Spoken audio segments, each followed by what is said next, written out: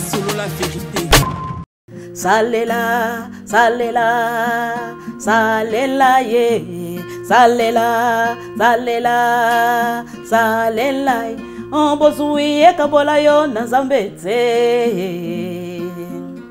Maladie ye kabola yo na zambete.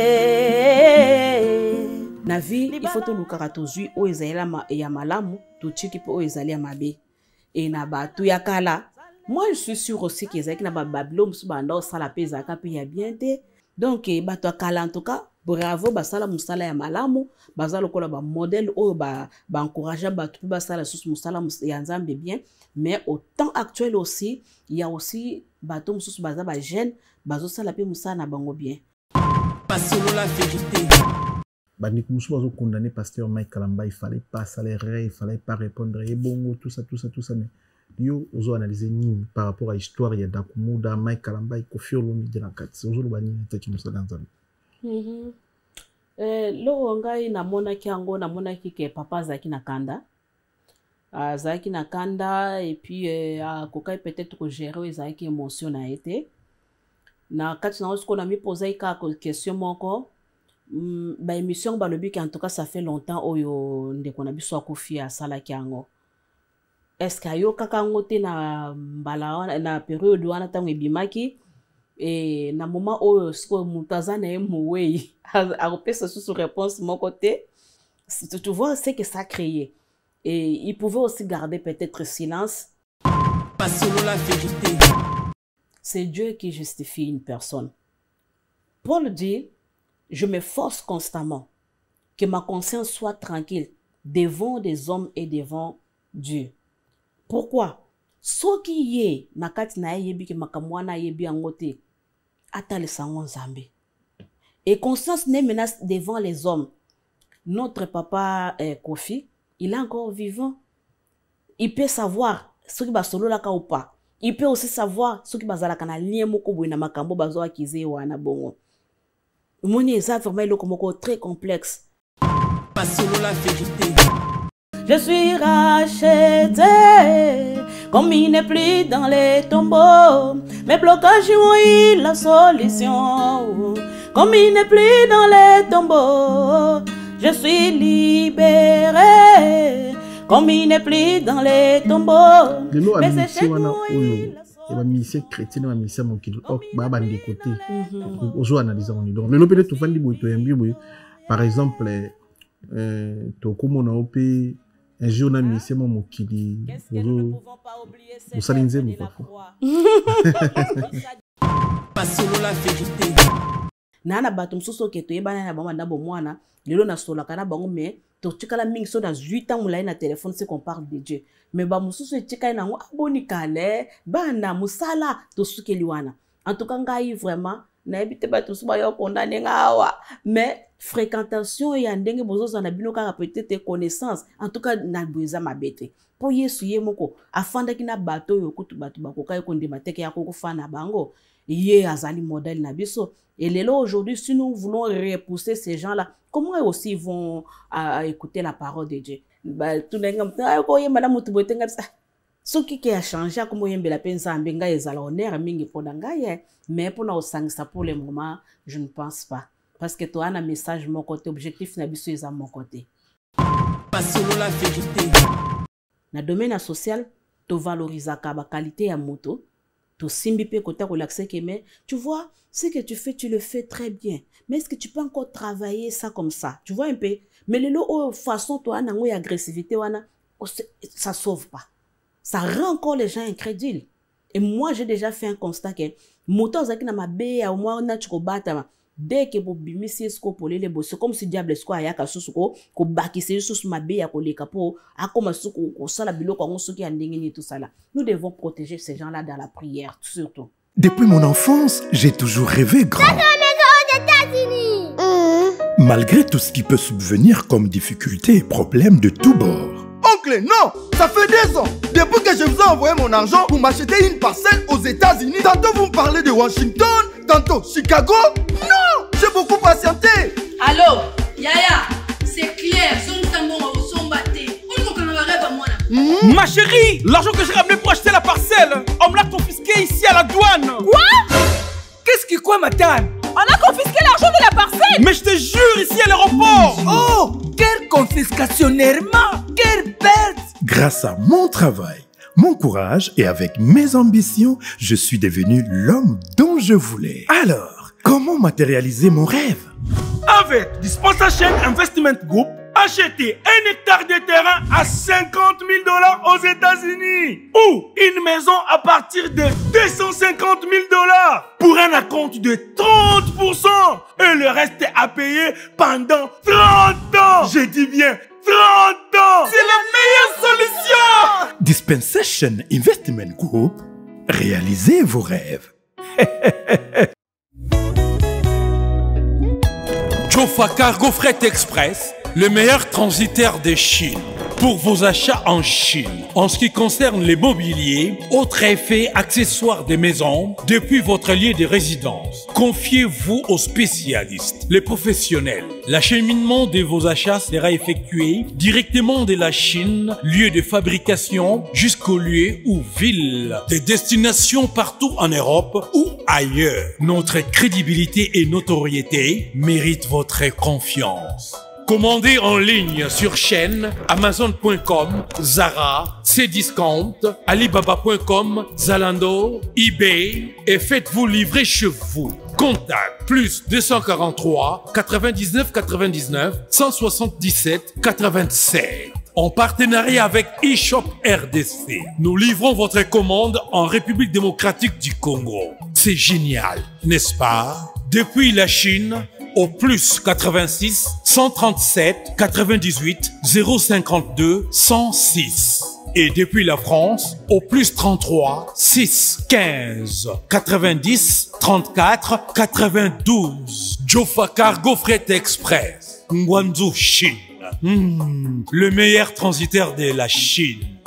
Ndeko yaka ko passer commande na yo, mpe ozoba produit au sepela. Yaboye ezalate. Jofa Cargo Fret Express, le pionnier, le meilleur transitaire de la Chine. Qui dit mieux? Bienvenue dans votre émission Fauteuil Jaune, fidèle internaute. Merci pour la confiance. Merci pour la bonjour, bonsoir, na bandeko tout bazui opportunité grâce. On a d'habitude pour moi à travers notre chaîne YouTube sur la vérité studio, chaîne YouTube Oyo et la rabino vérité en face comme d'habitude. Merci. Na bandeko nyonso bakanisa ko s'abonner na chaîne YouTube Oyo sur la vérité. Le lot ça 100 000 abonnés. Merci. Na bana mai nyonso, merci na ba congolais nyonso partout au bon d'habitude à travers notre chaîne YouTube sur la vérité. Chaîne YouTube informa rabino ba congolais ba ça la fier pionnier ya mboka. Chaîne YouTube et tcharabino na temps réel na marabino sur les kanamboka na biso na sengi na bino s'il vous plaît.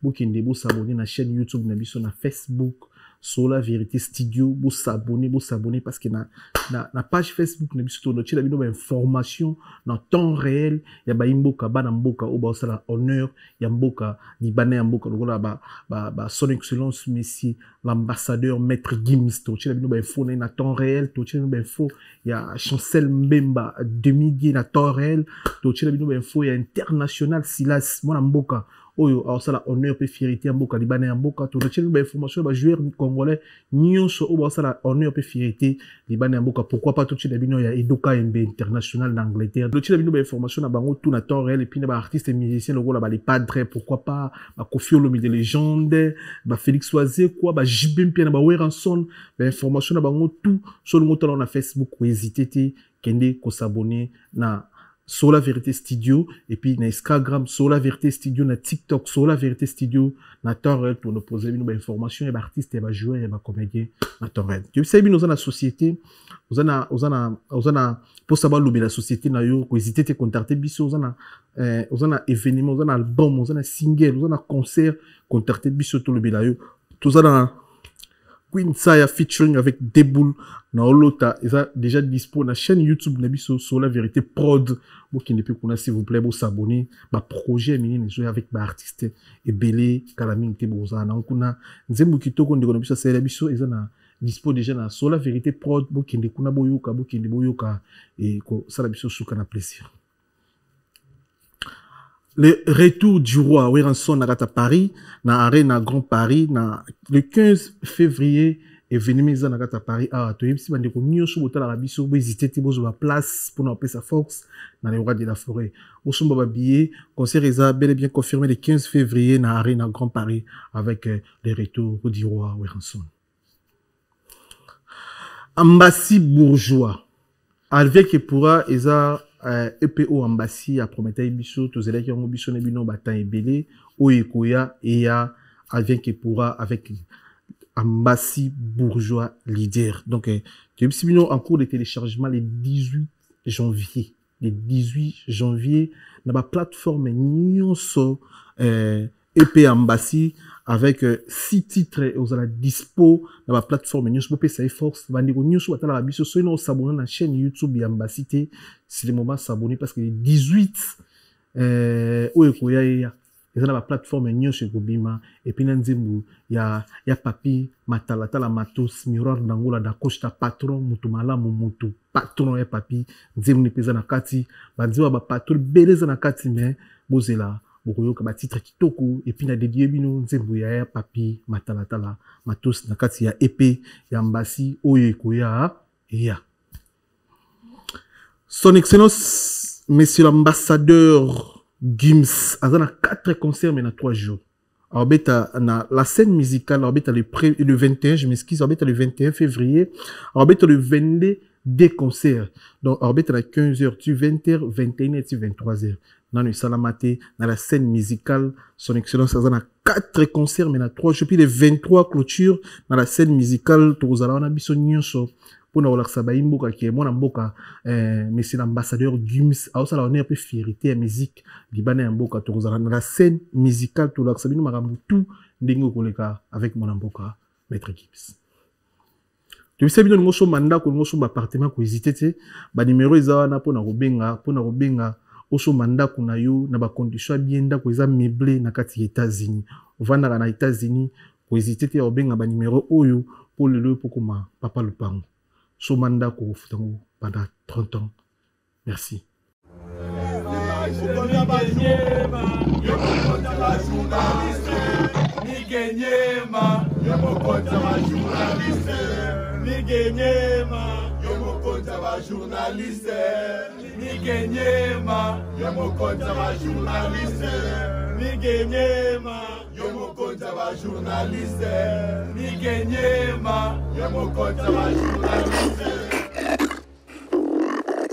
Bonjour, c'est Perside. Bonjour, Papa Mingue. Bonne santé. Zamba Zobatela, tout va bien. Ok.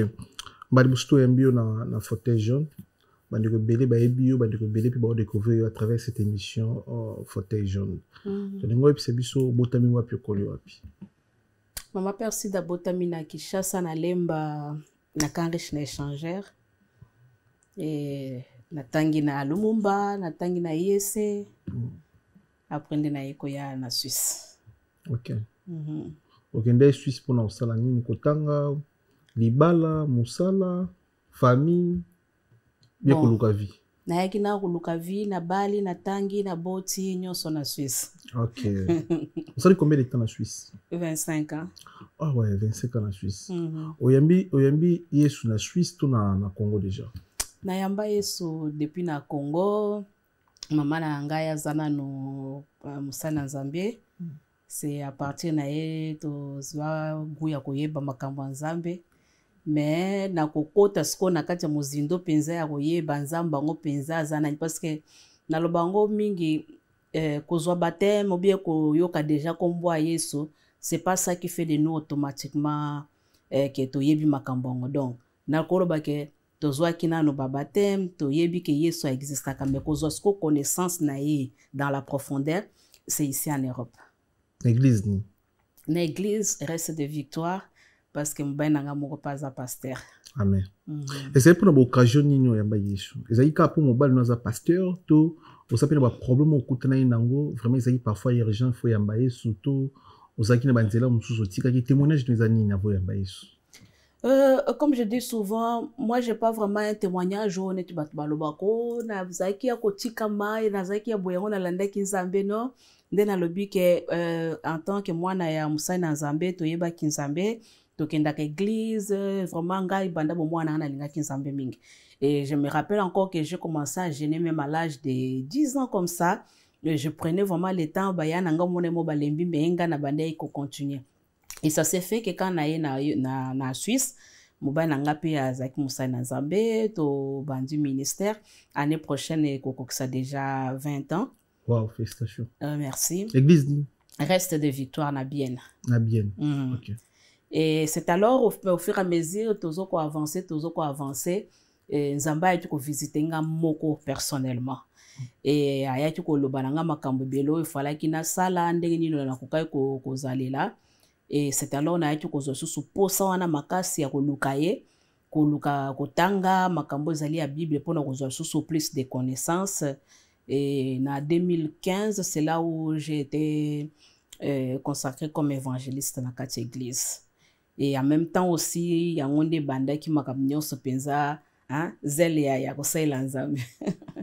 Important c'est ni eza kundimela Yesu. Naki bolenge nyoso yo ndimeli Yesu pesi motema pe molimo na mobimba parce que so zongi sima 20 ans après, 20 ans en arrière, vous avez vraiment na rôle ba jeune fille. Exactement. Ça vous permettre biso.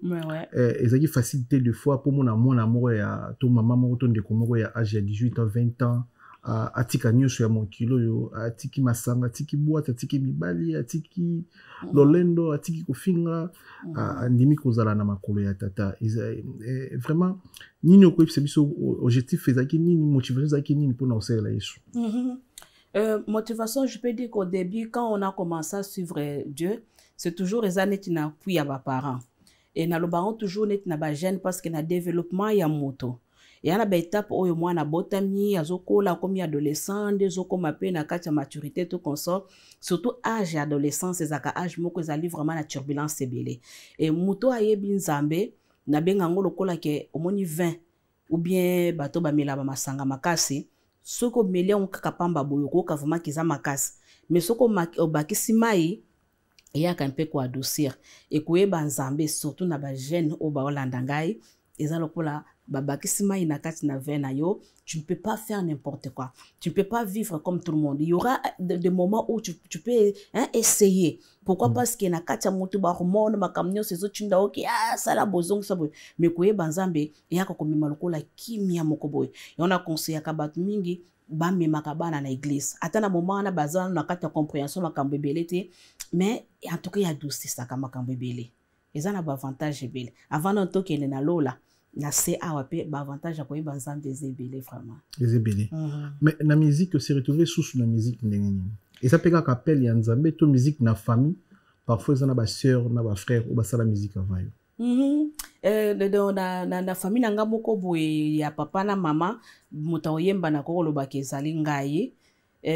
Comme je disais que papa azali mobile nanga le pasteur de Zité Mangando aza pasteur tozaki na kati église tant to bandi ko bazoyemba omona ke soutien zali mais ça arrivait aussi ndenge za na poto ake to bayemba ka bazate ozomona ba fayo wana.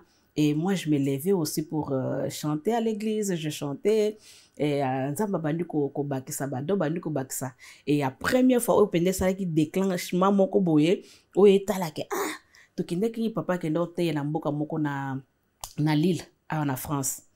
Et ngai sikoyo il fallait que tango avant ya teya ngana introduire moi nzembo moko boye ne la prière avant ya mata. Et quand je commençais à chanter, bato bazala ki libanda. Na mona batu ba eko kota na kati mbala mo ba zo talanga sikoyo wana maman ya uchwa pia zala ka wavie. Moi-même j'étais étonnée. Et maintenant na suka ba eko tu na papa maman yembaka papa biki ya bon yemba na kati église et tout comme ça. Papa moko abisa biki non. Na landi mama pona ngai na omoni na carrière mu munene. Bokende bo miko kanisa likambo na lobi na bino nzambe yemo ka lobi la bino.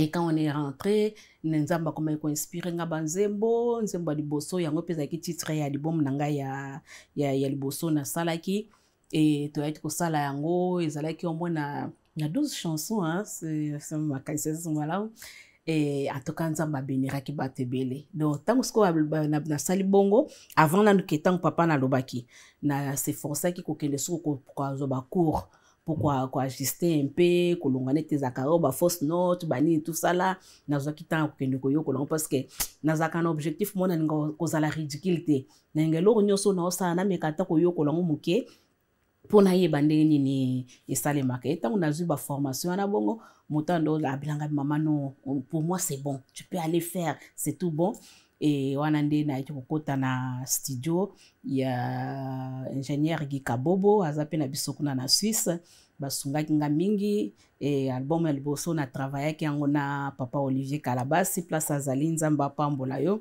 azaki lisungi monene pona ngai mutasalaki nga ba crinyo sozaki na kati ya album wana c'est comme ça que na décolla pe mbala moko bo ba test na komela en tout cas nga moko et puis mingi ezali tango zo kaliloba nzambe tango zo tanga bible expérience ya tous les jours pona ngai na koza na monyelo ko moko boye na tali omba moko epesinga pe ba inspiration mais la base ya tout c'est le Saint-Esprit qui donne le vouloir et le faire ba thème nini za banzeki na yo to nini oyo toko retenir na émission lelo soy bandi ko bazui chance ya yo ka banzeki na yo ba retenir nini na kati banzeki na yo net na premier album mingi na bandaye ko linga ko pousser mingi ba chrétien baza na kondima ko yeba ke un jour ba komona Yesu parce que mona moto mususu andimela na Yesu mais soki batuniye est-ce que yo ko talola oh na yebite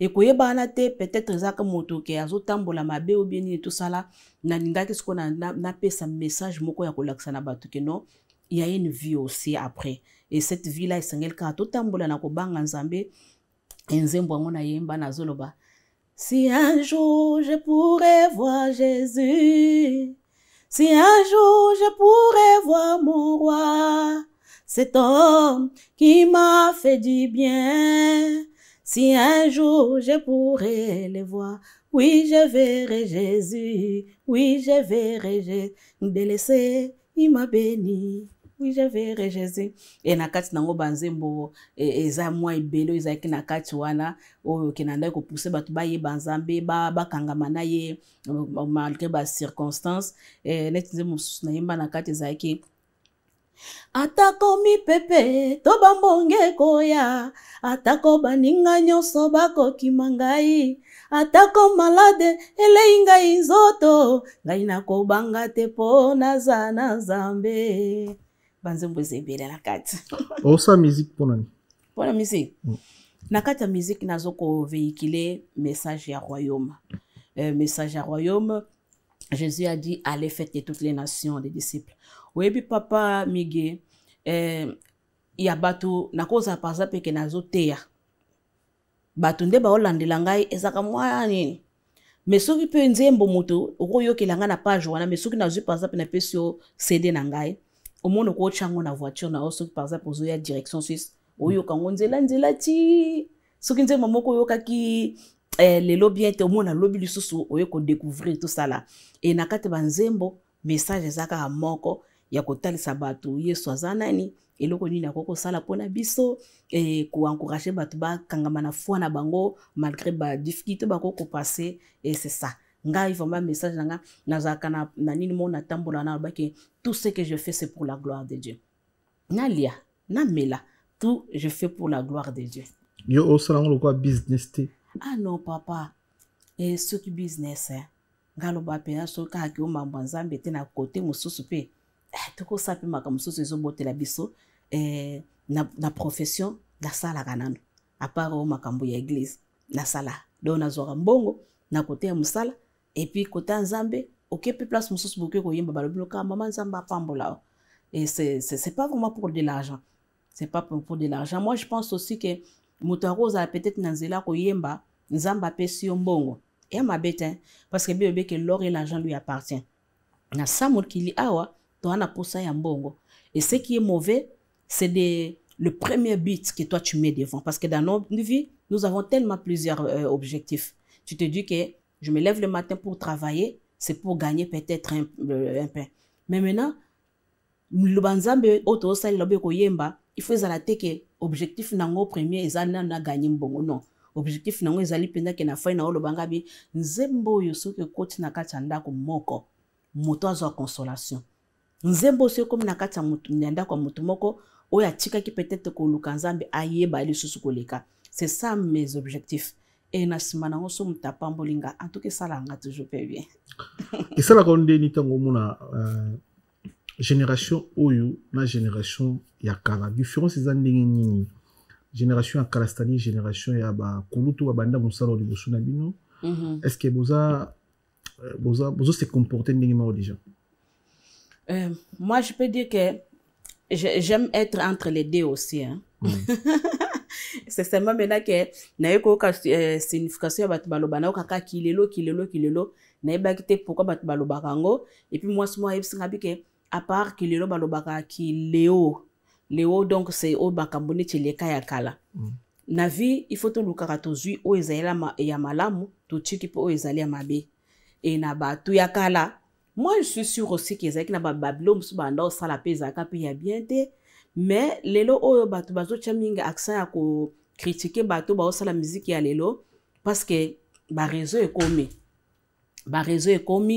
omona mutu asali likambo boy tout de suite ba balancer ngo na kati ya nini omona mutu peut-être batu bando respecter société pourquoi c'est lo ba rumeur o batu bayoki. Mais na batu akala na oya lelo moi je pense toujours que musala nzambe zo salima nango kaka mais na jugement ya suka nzambe ndi mutu akoyeba suka oyo kolekisa na kati ya kiyungulu koloba ke yo penza ozalaki fidèle serviteur ou servante kota na repos éternel. Mais pour le moment moi j'aime pas vraiment faire cette comparaison là. J'aime toujours dire que non, que Dieu soit glorifié dans tout ce que nous faisons parce que ce que tel na bato akala cassette lelo peza le sous-sauté bato bakomosala banga kuna na banzembo na saiki na album liboso ya ba CD ezotambola susu te neti ya lelo. Donc bato akala en tout cas bravo basala musala ya malamu baza lokola ba modèle oyo ba encourager bato pe basala susu musala ya nzambe bien. Mais au temps actuel aussi il y a aussi bato mususu baza ba jeune bazosala pe musala na bango bien na époque nyonso ya mabe ezalaka ya malamu pe ezalaka. Bato akala babeti ba concert ya nzambe bato akala bafuti batu ba billet pour boya ba concert na bango mais bino bo futi batu ba billet pour boya ka musique ya nzambe pour boya bongo la motema faut futi nango billet batu akala bazara ba camarades ya ba musiciens te lelo ba chanteur na ba chanteuse chrétien boso ba pire ba musicien mokili batu akala ba bisa biso musique ya mokili za kisi donc ba bisa so ba musicien congolais ba simba ba kisi. Donc bah cause on a même pas ba camarade tout le monde a payé place vraiment bah s'afficher tenabilité bah niko beaucoup contredire sur au monde sur photo à Alain Moloto que son âme repose en paix na musicien moi mon na mboko na biso bazara tout le temps qu'on s'afficher tout le monde a été je pense pas na mon a tenabilité sur tout sur mona bazara na moi comportement na ba mo ya ko banga nzambe oui lelo bato musu baloba ezaki ba hypocrisie basola na bango na simandaku bazapi na basi ebele bamelaka pe masanga mais omona bango na ba erreur otomona lelo ezaki vraiment ezaki pena pasi komona misia mokili azala contrairement na ngoku tezalaki pena frère Patrice azobwakela ba misia mokili ba jeton boya na yesu na banzembo azobeta bango ba pic mais lelo bakoma ba camarade. Si je peux déjà répondre à la première, il y a kolobaki bato akala banda ko futi sambongo te, na ba concert et ya lelo komi ya ko futi ça. Papa na ngai moi ba biloko mososo. Net par exemple na ye ana rebiki bon, je me faire quelque chose de live. Na oya wateka kapoke papa mige yo bote metondo boboto nyoso pesanga on kaka gratuitement. Oza a ofutaka mai ofutaka courant. Wana bato ba travailler kana bato na sengeli bazwata mai ya muke ya komela et ça la bato mususu oke ko zwango po ba chelo ba sonorisation ba biloko nyonso ezo sengela mbongo. Mais église bando zo charge na kala zaki église muteye produire ba événement ba mabonza de tubo za na Suisse papa telemi liboso lobi to la posa serabe ta concert na Suisse et singa biso 10 000 parfois pour na sala lokumu na yesu ba partenaire bazanga na église. Tu as raison mais nga na oyebiselo moko boy moni na premier album nanga na sala pe concert moko ya monene na salle moko ya monene nafutisaki eloko te. Concert wana ezwa biso mbongo, ezwa penza. Et on s'est dit, bon, tant qu'on a jour on va vendre peut-être ma CD et koko sungake et longo la moi ba charge mususu tozaki nango. Mais na oye biso monter bimaki mukolo te. Ba cause ba che panier wana. Dans le bikeno, boya bocha offrande pour na ko soutenir nini ana et koko kate pour na ko sala nini. Et comme j'avais dit au début que objectif na biso el boso esengelte za lambongo. Ce qui bat tout moko ba sponsor net ndé na lo baboso mutu moko landanga blanke ma pesna na posa na peso mbongo moko ebele yo sala concert wana concert ezala gratuit ba na nzambe ba ya ko bénéficier nango en tout cas na osala ngo avec plaisir. Mais année passée je fais un concert na tinga ki moi monta moka ya moke na benga ki ngolo la soutien. Malgré soutien wana ba pesa ki ngai en tout cas ko combler pe ba dépense nyon sote auto sala ki mokolo wana. Pour dire que l'exagération, c'est ça qui est mauvais, que moi, je peux aussi condamner. Mais, ce qui va le bino qui par exemple, qui participe à moi, monter moi 20 francs, moi 10 francs et tout comme ça, il y a monté pourquoi qu'on dérange, mais, na musala nzambo to salomon et nakala. Et là, qui pense en Afrique, moi, je me rappelle l'époque à ma maman Abisso, bande au sala ba campagne, ba balabala, même balabala, les acquis gratuits, hein. Mais, les loba ebisinga qui en Afrique, kuna, oko kenda tane tu basala ba clip bo place kaka ya pamba bo fouter la ngombongo hein. Donc tout maintenant ça marche avec l'argent. Mais maintenant il faut dire que quelle pensée qui est derrière tout ce qu'on fait. Donc et puis ya mi balez alia ko lobake babande ko fanda na bato mokilité bato akala. Autant que moi papa Patrice na oka kazali ndeko ya papa Werason. Je me pose des questions qu'est-ce que na moment on de bando de banate. Non, kinde côté, bon entre deux frères, même si tu as une famille, na bande comme ça, semble la rater mais tout ça. Mais c'est ça. Tout le monde a frère Patrice na kinde connaît na ouir. En dehors, kinde côté, azalana papa ou mba frère Patrice par exemple. Tout ce que l'on a été, que frère Patrice na ba musicien mususu mokili. Na ouir ba bande ko boyandi connecté parce que azala mokili. Même yo pour na bande ko mususu, bande bil non yesuté jamais au boyati mais de l'eau amitié wana oyo et ba mission chrétienne ba mission mokili ok ba bande côté ozo analyser on donc le lopé tout fandi boy to yambi boy par exemple to komo na opé un jour na mission mokili ozo bosalinze mo parfois question est revenir ngali ce soir donc ngai na linga kosa la séparation ante je dis toujours au cause parce que moi des abolilo bat na bana nzambe to misala lokola biso vraiment toja bassin bato wana musu to mona bango lokola bato moko soki ya ndenge nini esengeli na ebita approchement na bango po bamsu bakozala wana bongo neti ngaboye zo imagine to na tanga na moto mo par exemple ne ba yese na balumba wana lelo akomi soki na nyazo embela mukili naye soki na moni moto wana en tout cas na ko rejeter yete na ko pesa yembote na ko solola naye. Je peux aussi l'inviter à venir manger chez moi parce qu'il n'est pas un démon. Hein? Au moins, que biloko ane zakaka moto ke ozo fréquenter bango, maso na bino zakani. Bosala ani na bango. Au moins, na na batum soso ke to yebana na bamba ndabo mwana, lelo na sola kana bango mais to tikala mingi so dans 8 ans mulai na téléphone c'est qu'on parle de Dieu. Mais ba mususu tikala na ngo aboni kale, bana musala to sukeli wana. En tout cas ngai vraiment na ebite batum so ba yo condamner ngawa. Mais fréquentation ya ndenge bozo na bino kaka peut-être connaissance en tout cas na boza mabete po yesu ye moko afanda kina bato yo kutu bato bakoka ko ndima teke ya ko fana bango ye azali modèle na biso et lelo aujourd'hui si nous voulons repousser ces gens-là comment eux aussi vont écouter la parole de Dieu. Moi j'aimerais vraiment que faire connaissance même avec une personne qui ne connaît pas Dieu. La personne qu'on dit vraiment qui a un mauvais vie à malam te, na approcher, na te yaye peut-être sango malam ou bien au travers ya vie na ndenge na zalaka et ko ka pe côté yaye. Papa migeno yeb so que le lo ba église na biso za na bandi mebelete. Pourquoi? Parce que on est toujours entre nous.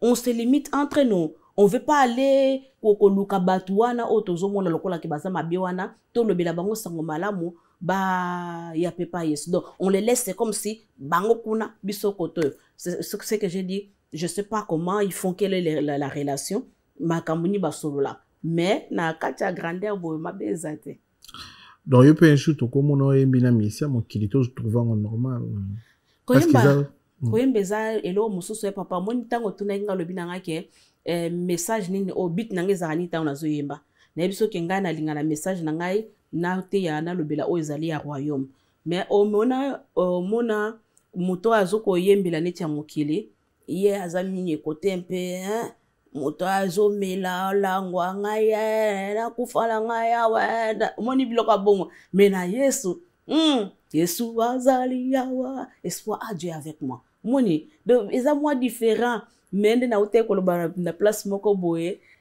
tunenga koyemba na motu boye tenga soki ke a changé akomoyembela mpe nzambe ngai ezala honneur mingi mpona ngai mais mpona osangisa pour le moment je ne pense pas parce que toa na message moko te objectif na biso eza moko te idole no ezala nani yesu idole na koyemba onda osepela na koyoka nani ebike eloko wana vraiment bato batuna ngango na tikala vraiment kozala na mutu moko te vraiment oyo ke nzembo moko nalandelaka ye ndeti bazaka oya mpe na mutu moko okangama na ye non j'écoutais un peu de tout mwana nga kuta tunenga mutu na ka mikolo pe leki na o se rappeler ntango nakomaki kolinga koyemba mingi nzembo moko na nde oyemba ezalaki ya mama Esther Akawa ye nzembo na ye na bande kokota masi yolakaki ngai kozonga papa yolakaki ngai yango na bande koyemba mais naza vraiment te na mutu moko nakangamaka na ye mais nayembaka banzembo ya bato nyonso vraiment na mpe na mutu moko te nakotangela okomboki ye mpenza boye te obimisi album nana baalbum mibale dernier album otobimisi eza na combien de titres pour le moment banzembo eza na YouTube ezali 6 mais mosusu natikaki yango mwa mopanzi mais nayembaki yango mingi na concert mo na ote kosala mikolo mais oyo eza na YouTube eza nanu 6 donc 6 titres quoi eza quoi EP en fait il y a 6 titres exactement mais mosusu pe mikolo na oluka na balance bana papa ezaka na kata album wana ozaye kota mpona mincho nayebi soki basede esale masute soki na basede na mincho yenge ezala bakangi makambo nyonso etuki mais nkolo elekaki ata na sina sisi banzembo nyonso basi batindi yango balubi bake nzembo mosu elinga susu ngabi nzambe yo otante nga bo bakambo eza ndeni banzembo ngo elako ndeni na ndoto bien ovandi bozo réfléchir ozokoma na ndoto nanu te neti nzembo moko nakolobake na oyo na te composé avant nabeta concert ezalaki nzembo moko nazalaki na magasin nazoyemba nzembo nalobi ton nom est puissant au-dessus de la maladie, au-dessus de mes problèmes et tout qu'on sort. Donc tu vois, il y a des circonstances molo moko koko yela okaka boye inspiré yope et mimio na nzembo moko boye oko zalozo ka maté ya mo neti moko susu boye pasteur ngando te maté ya lobi keno o nyonso nzamba loba dès le commencement yango to vivaka soko ki yo mona mai soko moni likolo moni sans ezaka place baloba ki nangwa inspirant ngo pe na sala banzembo ka bongo selon parole de Dieu, selon la vie de tous les jours. Selon parole de Dieu, mais réalité oyo tout le monde na milliers na bino ya ba chrétien wana zoyembela ngote wana révélation ezoyate ya ba faux pasteur na ba faux prophète wana misu wana téléphone Android je pense bien au mona bandeku ba oksa musana bino musala oyo ya tata Sony bino bo sala ngo sérieusement parlons bo sala ngo bien cadré ozana alliance obala ozana bana nozo encadré bango ozana bato terre lelo ba nzambe na ndenge ya bien il faut yeba peke lelo ezana ba faux pasteur congolais ou bazo oksa musala o Sony c'est pour cela parmi ba raison auto lo ba lelo auto lo ba tout à l'heure ki bandiko beli ba rasu église et ça parmi les raisons bah du rebellion mité melembi alors que l'église ndeni ya mona mutaka la pasteur na internet alors que l'église ndeni ni frère en Christ mutaye la nzamba na 4 basi alors que l'église ndeni ni prophète moko bah prophète bah pasteur bah prophète bah ça ba sortie médiatique bah faux prophétie muta okende l'église ndeni réalité on est un millier na bino moyo yembe la nzembo zate bodeno ça répéter est-ce que Satan a coûté bodeno ça qui ton midi pour comme neni bah faux pasteur ou bazo bebisa musala bo sala ozo dénoncer bango. Ouais. Papa oza na raison mais ngana zaka mingi te na domaine wana ya ko dénoncer pourquoi moni zo image ya ki oza na mwana na ndako mwana na soka sali mabe obimate na bato nyonso bandoko kolobake mwana nde bozomona boye kutu mwana ndenge eza boye. Au fur et à mesure que tu le dis, na bato bayebaki mwana te makambo na mabe baoluka siko batia bango misto bango mwana ngwe bizaleli boye mwana ngwe bona boye. Des fois des choses de nos familles nous cachons ça, on travaille, on prie. Et lelo makambo ne ki ya dénoncement wana ba pasteur wana bazo sala boye bazo songisa boye ya yango nande moni zo fragiliser siko bato na bayebi nzambe te. Le linge sale peut aussi se laver en famille. Nous pouvons aussi prendre le temps de prier pour ces gens-là. Ole kaka hôtel ma bato so mona penda zu caméra na moto boye asa ba pasteur alukuta siko mona moto wana tanga komika ba pasteur alukuta yango nga kutina na ba message na ser yango kutunga na linga suko kende ba église wana te yango na kutunga ko église na kaka ndako. Maintenant moi je me pose la question chaque fois quand tu publies des choses comme ça na idée ya ko conscientiser ba tona ba sala mabe na ndo dénoncer mabe na bango. Mais combien de bandimi oyo fan discipline ndako par rapport à ka oyo comment pour ne tinga bat balanda ngebele il suffit kana lo bakaka ke o pasteur moko boye bato ba ko zwango na considération pesa ba rotana ba so ma pasteur le boye ça qui mutana pe surtout pesa sous confiance te pas kaza boye na bo. Mais je peux pas pour na makambo ya koko isabatu tu vois un peu et ça la nga pas swing na lingate peut-être batum su basunzamba ça a inspiré bango banzembo ya modèle wana. Maintenant na domaine ya social baganya ka moto te na kolakise toujours mabe na ye na domaine ya social to valoriser ka ba qualité ya moto to simbi pe kota kolakise ke mais tu vois ce que tu fais tu le fais très bien mais est-ce que tu peux encore travailler ça comme ça tu vois un peu mais le façon toi na ngo ya agressivité wana ça sauve pas, ça rend encore les gens incrédules. Et moi j'ai déjà fait un constat que moto zaki na mabe ya au moins na chiko bata dès que bobimisi esko polele bo c'est comme si diable esko ayaka susuko ko bakise susu mabe ya koleka po akoma suko ko sala biloko ngo suki ya ndenge ni tout ça là. Nous devons protéger ces gens là dans la prière surtout, pas d'aller dénoncer.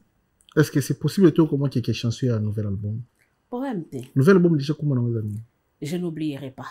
Pourquoi je n'oublierai pas? Je n'oublierai pas l'œuvre de la croix.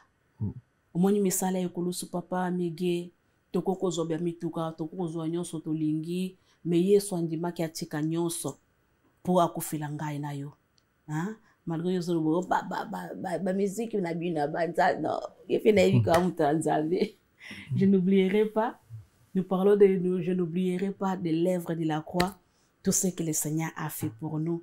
Sur la croix, il a dit tout est accompli. Et il a été humilié, rejeté de tout le monde. C'est là où j'ai donné ces messages-là. Nous pouvons tout oublier, mais non, l'œuvre de la croix, non. Je n'oublierai pas. Ah, pour dire mon copé comme non, je n'oublierai pas. Mais sur le ligne de mon soso, au ligne de mon ah, j'avais dit déjà non, je vais pas chanter encore ça. Yangole tozo pour na plaisir ya bande konyo so ba otala biso na pesimbo te spécialement na mon ami d'enfance maître machine otala biso en direct ya Angola to pesimbo te bande ko tout au bola da biso en scène moment international Silas et puis Chancel Mbemba 2000 et puis Edoka Mbemba joueur congolais oyo ba salonnaire puis fierté ba congolais di bana mboka bana mboka boche bango miso pour pesa bango force ba salonnaire puis fierté mboka na biso tozo titre kitoko de konabiso a service et puis ba ki na chaîne YouTube ba ko manini Perside Mangando Gospel. Perside Mangando Gospel. Exactement. Kinosho na régie s'il te plaît préciser les biso YouTube ya invité na biso na bande de l'écran pour na ba et faciliter ba ndikonyo so batala biso bazo possibilité ya ko s'abonner et puis rotala banzem na. Merci à tout de suite. Nazwa katena bomoi na ngai na bozito na pasi na salela Yesu eloko ninye ko kabolanga na ye eske bozuito bozangi ye na bozito na pasi na la pandai na lingi ko salela ye Yesu azamalamu atana kata pasi na lingi ko salela zambe ata na malade nalingi kosalela Nzambe tango nzoto eza malamu moninga salela Nzambe tango nzoto eza makasi moninga salela Nzambe ndeko salela Nzambe ye mofuti ya solo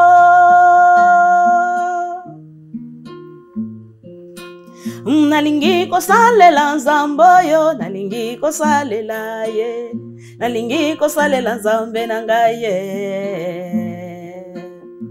salela salela salela ye salela salela salela on bozui ekabola yo na Nzambe te maladi ekabola yo na Nzambe te libala ekabola yo na Nzambe te salela salela salela na motema mobimba ndeko salela salela salela ye salela salela salela ye. Donc le deuxième titre hein? Jésus-Christ est vivant. Il est sorti du tombeau, il est vivant. Même la mort n'a pas pu retenir mon roi. C'est pourquoi moi je crie haut et fort, il est vivant. Comme il n'est plus dans les tombeaux, mes problèmes ont eu la solution. Comme il n'est plus dans les tombeaux, je suis racheté. Comme il n'est plus dans les tombeaux, mes blocages ont eu la solution. Comme il n'est plus dans les tombeaux, je suis libéré. Comme il n'est plus dans les tombeaux, mes échecs ont eu la solution. Comme il n'est plus dans les tombeaux, je suis victorieux.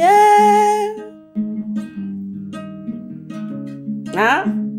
Qu'est-ce que nous ne pouvons pas oublier, ces lèvres de la croix, là où l'Esprit ça dit tout est accompli. Je n'oublierai pas, non, non, non, je n'oublierai pas. Je n'oublierai pas, non, non, non, je n'oublierai pas.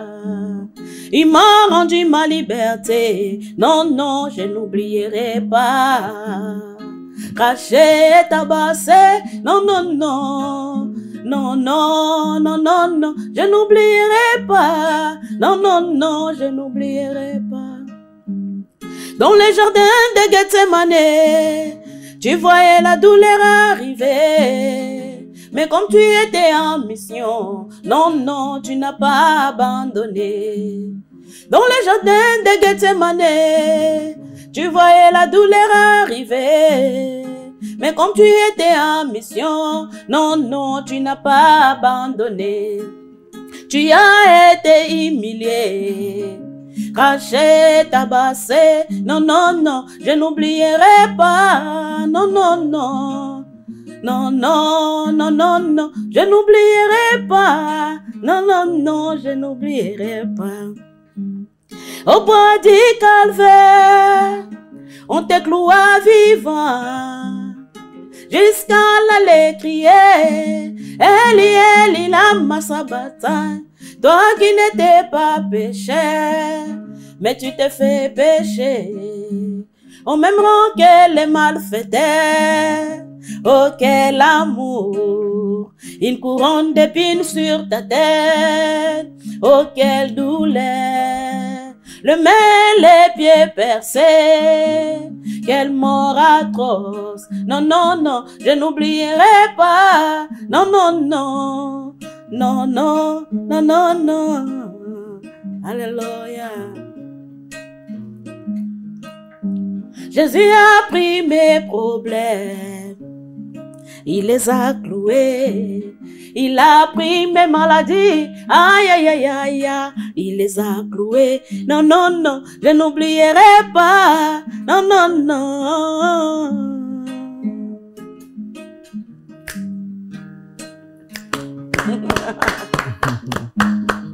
Bravo, bravo, bravo, merci, félicitations. Merci beaucoup. Vous savez encore un Nassia ou tous années, il me bêtis dans 4 albums. Elle, normalement, elle joue la batterie. Tant que tu bêta à concert, elle est forte dans 4 bêta batterie, elle bêta piano, elle bêta guitare. Et puis, elle met guitare, elle a ça là au moins l'homme comme tu es Paris. Ah, c'est ma fille. Ah ouais. C'est ma fille. J'ai des enfants. Le premier, c'est Jovin, le maestro. C'est lui qui gère tout. Et puis, elle, Jovin, pas bêta. Il y a bêta au piano, ouais. Ah, piano. Ok. Donc, famille. Vraiment famille chrétienne. Exactement. Puis, tout le monde beaucoup de la famille de Tio, maman. Quand tu bana, c'est pas facile. Quand tu bana, bana bétoile, quand tu bana, quand tu musique et en Zambé, ils ont un bébé, parfois, quand tu as un les signes. Zambé a battu la carte, mais Bible dit que si l'Éternel ne garde tout ce qui garde enfin. Et tout ce qui a bon, on a beaucoup en Zambé, Zambé muka protégé, il est tué, a bandu ko musique na âge, je peux dire il y a 2 ans et demi, 3 ans comme ça. Donc tu peux ça bango ka confiance à relaxer tout d'abord que Zambé et puis bitumba onyo son Zambé azoko bondela biso o tozomona na to mona te, je ne peux pas le dire, mais bana ya basali na Zambé bazaka pe combattre yango na senga batno se foko bondela ka pona bango kaka. Avantage zani na mwana oyo azaka na Nzambe puis des avantages zani na wazali bana na Nzambe parce que yana ba parents mututi siko alexi bana nzela na Nzambe te alexi bana nzela église te bavanda ara na ndako ba dimanche lekela bango na ndako bakendaka na bango ba fête ba samedi na bana bana bebi nzela na Nzambe te les avantages na avantage zani eza pasi papa parce que libande za ya obeba libande za ya kobeba tangu bana bayebi Nzambe te bazoko zwa makambo bible zobe biso qui ne vous conformez pas au siècle présent. Siècle présent oyo ezali mabe komi malamu ba komi mwana ba yebiso ke yo sokoza na kolinga posa ko sala bozana droit nango lelo ba para baza susunit na komana pouvoir te likolo ya kolakisa bana bango makambo eza ya malamu mais avantage ezaki na moto oyo azokende na koyeba Nzambe to kolakisa bango importance akoloba ke non ça vous pouvez faire ça vous ne pouvez pas.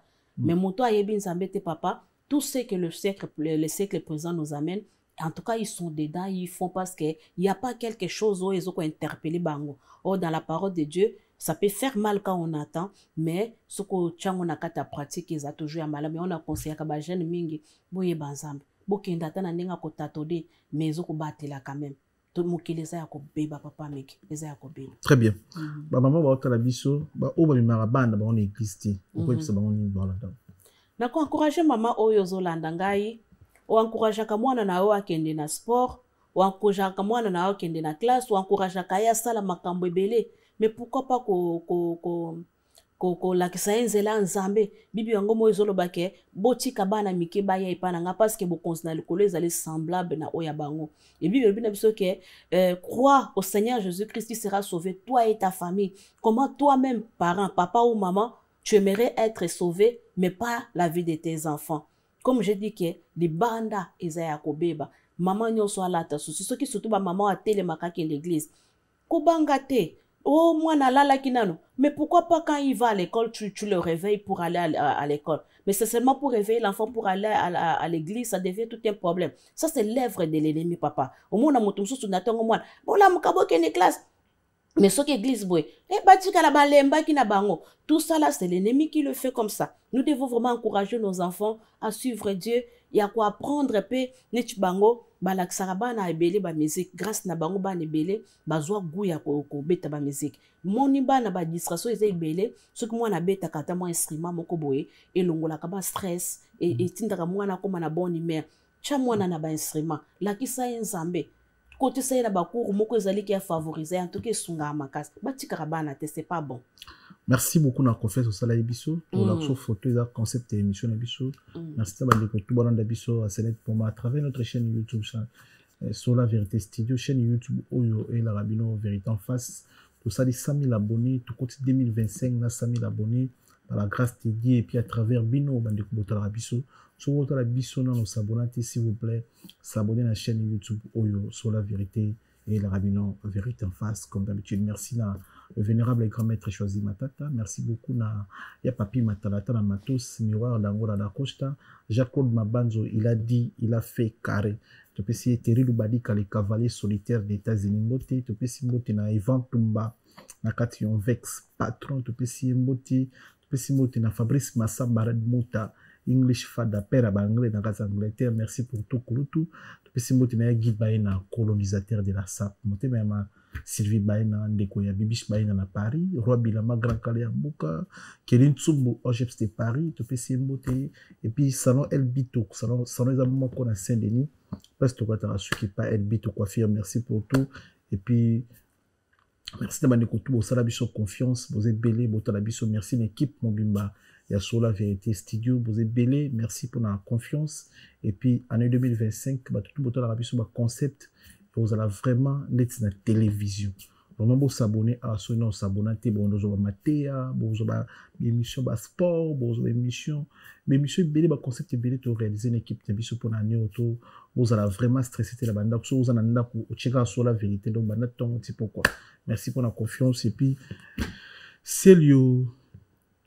S'il te plaît, sur côté de la photo, surprise autour de la vérité. Nalia na mbisi, na ba restaurant belé, na yena Mambo Galaxy, na kuti poisson. Tala mbisi, mbisi pe ya mwana te, haza minere te, haza mukolo. Ndoboko liango familial, botondi, mbisi basangisa na crevette. Kaka ya mbisi, basangisa na makemba, basangisa na poivron, basangisa na céleri, basangisa na pomme de terre, basangisa na munganza. Donc mbisi azu vitamine. Bazali susu, na ngulu, bazali susu, makayabu, brochette, otobengi kamundele, mayebo. Ndo biloko nyonso mboka. Pa Galaxy Mambo tozolia. C'est Mambo Galaxy. Hato sala pana bana mboka. Yango wana Congolais pona esiko yokolela or ke ba Congolais to yebani. Osali 6 mois bo bundi na propriétaire. Tie musapena lisu. Mais Galaxy Mambo 8 ans. Quel restaurant? Et ça musicate. Au numéro 137, rue André Carman, à Aubervilliers, composez vite les 07 53 28 89 07. Galaxy Mambo, c'est du waouh.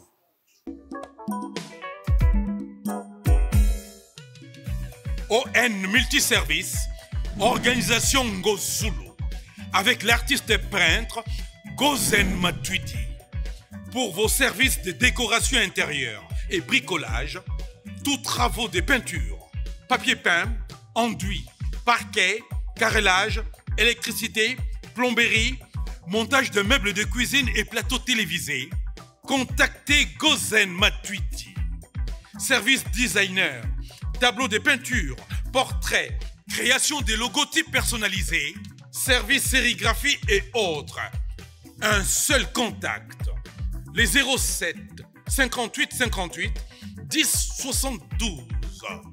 Le travail professionnel dans le strict respect des règles de l'art. Avec l'artiste peintre Gozen Matuidi, le pro.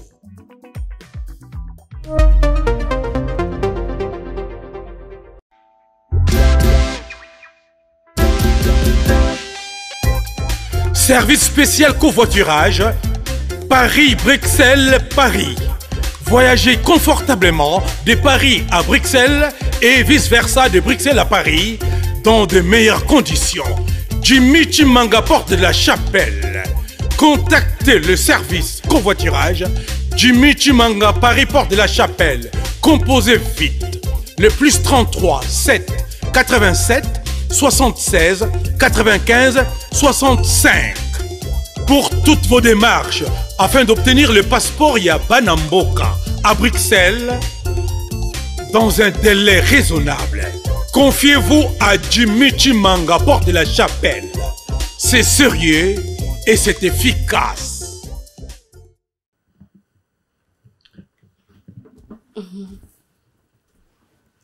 Photo ya wango. oyebi moto tielo na photo Ouais, papa Mike Kalambai. nini osepelaka nango mpa na ye. En tout cas, nzambe apambola ye na mongongo malamu. Et puis nzambe atombola ye na génération oyo, il faut qu'on reconnaître yango. Son nom est grand dans notre pays surtout et dans le monde aussi, je peux dire aussi. Très bien. Donc moule lobai makambu sur pasteur Mike. Puis pasteur Mike a répondre na cher. Na sur taliba vidéo parce que vous avez un téléphone Android. Bandi kumusu bazo condamner pasteur Mike Kalamba, il fallait pas salérer, il fallait pas répondre et bon tout ça mais yo ozo analyser nini par rapport à histoire ya Dakumuda Mike Kalamba Kofi Olomide na kati ozo lo bani tati musala nzambe. Lo ngai namonaki yango namonaki ke papa zaki na kanda. Zaki na kanda et puis kokai peut-être que gérer zaki émotion na été. Na kati na osko na mi poser ka question moko. Ba émission balobi en tout cas ça fait longtemps oyo ndeko na biso akufi asala kiango. Est-ce que yo kaka ngote na mbala na période wana tango ebimaki et na moment oyo sko mutaza na emoué a repesa sous réponse mon côté.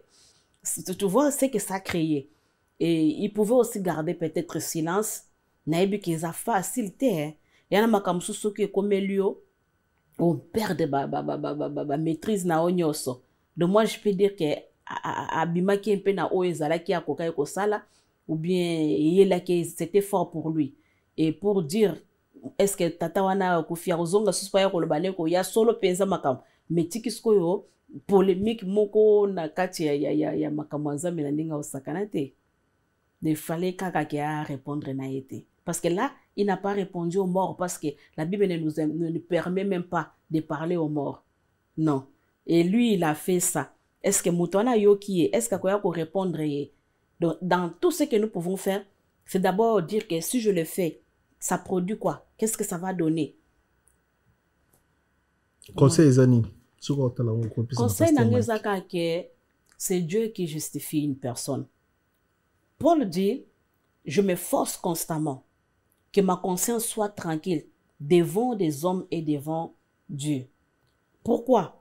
Ce qui est nakati na yebi ke makamwana yebi angote atale sango nzambe. Et conscience n'est menace devant les hommes. Notre papa Kofi, il est encore vivant.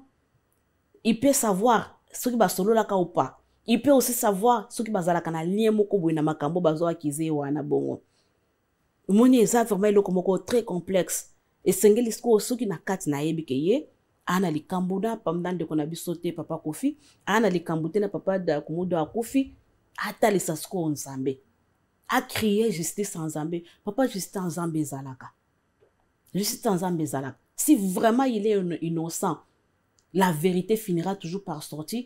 Peut-être la personne qu'on a dit qu'il a des preuves a obima pas le bina na zana ngote a comme on pas le bike non bon melenga na makambo ante parce que na za kuna na kachite mais toi na mukili oyo papa le kambo salite ba le bien sali oyo sali ya malamba kamati bakundia ngope do bana nzambe to tikala kana kati ya prudence akolobake ndenge atele makaliboso bato wana bongo papa okoko sabat me conscience na ote conscience c'est le komoko nzamba tchana kati na biso de façon que oye banzambe te na ye anakati ya na zu fleur wana na bimi nango mutamona ngate tango tunaka ma perside est-ce que yo ki fleur na tu na zo ki te mais conscience le bo perside t'avais pris ça ndenga zabo na micho soki pe ali kamwana sala kyango ayebi ka sala kyango mais to bimana kate ba distraction talande ba basilisi ane mais mbutu boko ye ko mimali susu tout ça il pouvait aussi se taire.